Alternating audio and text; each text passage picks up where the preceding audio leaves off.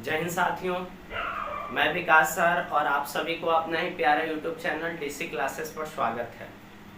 आज क्लास 12 के विद्यार्थियों के लिए हिंदी गद्य खंड का चैप्टर 11 लेकर आए हैं, जिसका नाम है हंसते हुए मेरा अकेलापन।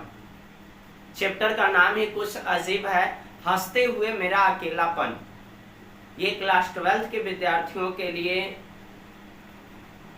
एग्जाम के दृष्टिकोण से वीवीआई है। वीवीआई तो है ही, लेकिन इसके साथ साथ ये बहुत ही मजेदार और रोचक एक कहानी के तौर पे डायरी है। तो आज हम लोग इस चैप्टर के लेखक परिचय को समझने का प्रयास करेंगे और एकदम सरल भाषा में आप सबके लिए इसको मैंने लिखा है। अपने भाषा में बोले तो अपने भाषा में इसको लिखा गया है आप सबके लिए।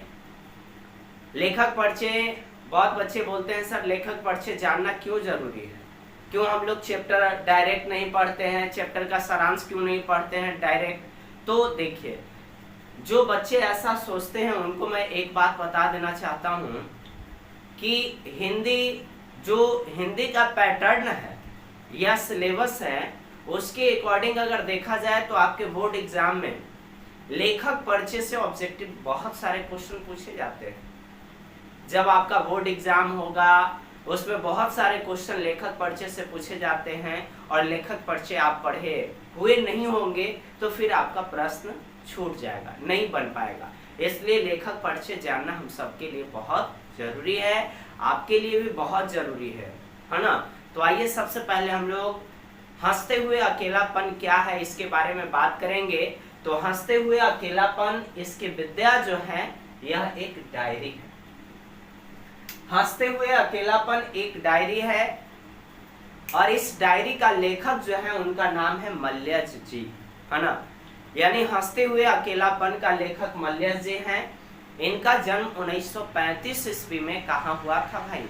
तो इनका जन्म 1935 ईस्वी में महुई, आजमगढ़, उत्तर प्रदेश में हुआ था। अभी दिनेश लाल निरहुआ जो है ना, वो आपका आजमगढ़ से ही क्या है, विधायक है ना, सांसद है।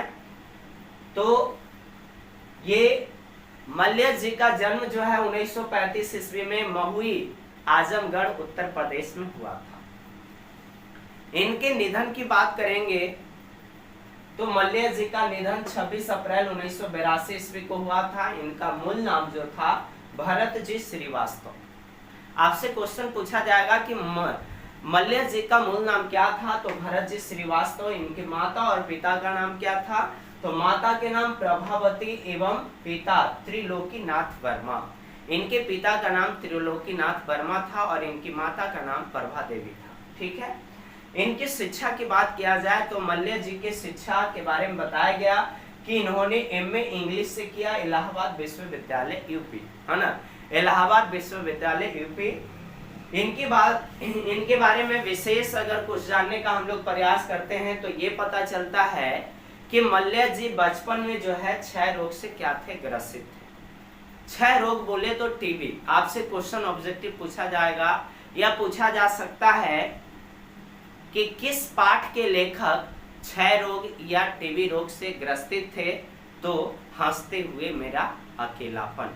हंसते हुए मेरा अकेलापन, ये पाठ के लेखक जो हैं मल्यज जी, वे बचपन में ग्रसित यानी क्षय रोग अर्थात बोले तो टीबी नामक रोग से क्या थे, ग्रसित थे। तो आपको याद रखना है। इनकी वृत्ति यानी कार्य क्षेत्र की बात किया जाए या देखा जाए तो ऐसा बताया गया कि केपी कॉलेज में मल्यज जी कुछ दिन प्रधानाध्यापक रहे, पढ़ाने का काम किए, और 1934 में कृषि मंत्रालय भारत सरकार में इन्होंने क्या की, नौकरी की। ठीक है। उसके बाद इनकी विशेष अभिरुचि की बात किया जाए तो इनकी विशेष अभिरुचि जो थी, है ना, वो था ड्राइंग, यानी ड्राइंग एवं स्केचिंग। किसी चीज का चित्र बनाना, है ना, उसको ड्राइंग के रूप में पेपर पे बना देना, स्केचिंग करना इनका मुख्य हॉबी था, है ना, इनकी अभिरुचि थी।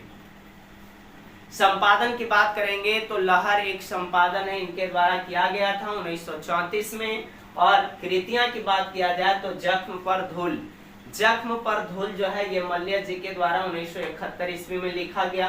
कविता से शास्त्राकार, ये इनके द्वारा 1979 ईस्वी में लिखा गया।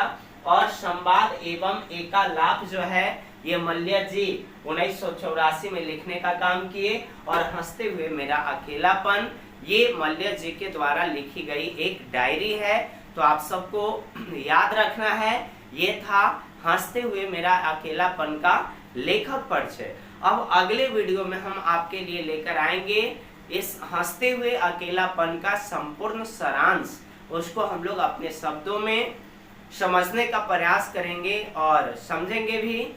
तो आपसे, आप सभी से निवेदन है कि आप हमारे चैनल पे नए हैं तो चैनल को सब्सक्राइब करें। वीडियो आप सबको अच्छा लगता हो तो प्लीज आप वीडियो को ज़्यादा से ज़्यादा शेयर कीजिए, लाइक कीजिए और कमेंट कीजिए। इसी तरह से हम आप सबके लिए तत्पर रहेंगे। आपके तैयारी में विशेष योगदान हमारा रहेगा आपके एग्जाम तक। तो इसको आप चाहे तो स्क्रीनशॉट कर सकते हैं। फिर मिलेंगे हम आपसे अगले वीडियो में हंसते हुए मेरा अकेलापन के संपूर्ण सारांश के साथ।